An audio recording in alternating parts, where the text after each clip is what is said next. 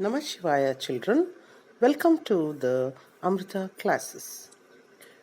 In today's chapter of civics, we shall continue with the features of democracy.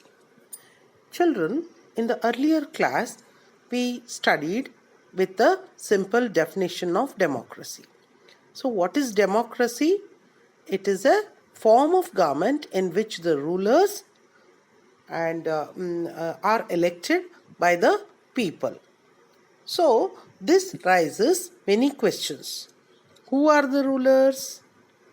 What kind of election? Then who are the people? And finally, what kind of government is democracy? Can elected rulers do whatever they want in democracy? Or should a democratic government function with some limits? Is it necessary for a democracy to respect some rights of the citizens? Let us consider each of these questions with the help of some examples.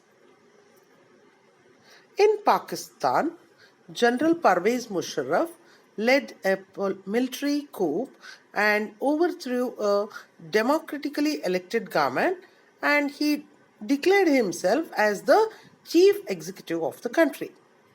Later, he will conduct a referendum which was based on malpractices and fraud, and he will change his designation as president in the year 2002.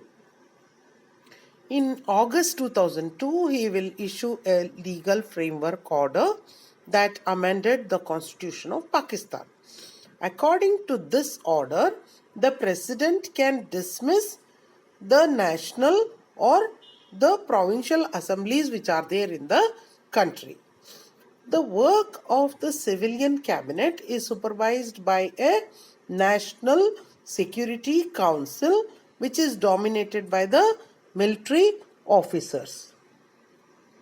So here we can understand that there are many reasons why Pakistan under General Musharraf should not be called a democracy. But we have to focus on one of these. Can we say that the rulers are elected by the people in Pakistan? No, not quite. People may have elected their representative to the national and provincial assembly, but these elected representatives are not really the rulers. So, we have come to the conclusion by this story or about this country's whatever democratic type of election they have. This cannot be called as a people's rule. So this will give us the first feature. You can see here in the picture, in a democracy, the final decision making power must rest with those elected by the people. Now let us come to another country. Here, then, should we consider the elections held in China or democratic election? Now here in China, elections are regularly held after every 5 years for electing the country's parliament. So here the parliament of China is called National People's Congress. Okay, so how many members does it have? It has 3,000 members who are elected from the China. All over China, they will elect. In China, single party system is practiced. Before contesting election, a candidate needs the approval of the Chinese Communist Party. Only those who are members of the Chinese Communist Party or 8 smaller parties allied to it were allowed to contest the election.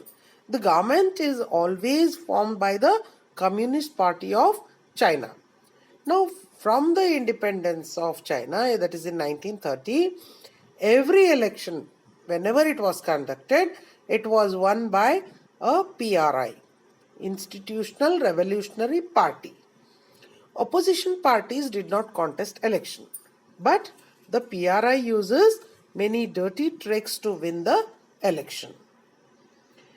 Then we shall take another country also. Should we consider the elections held in Mexico are democratic? So here also in Mexico, you can see that they are not having a ruler who is elected by the people. Okay, even though in Mexican example, people seem to really have a choice, but in practice, they had no choice. There was no way the ruling party could be defeated, even if people were against it. So these cannot be called as a fair election. So a democracy must be based on a free and fair election where those currently in power have a fair chance of losing. Now we shall find out about this point or the feature of democracy in the democratic election chapter 4. So this is all about one or two features I have discussed here through the countries of Pakistan, China, and also we have studied about Mexico elections. In the next class, we shall continue the lesson with another content, children. Namah Shivaya.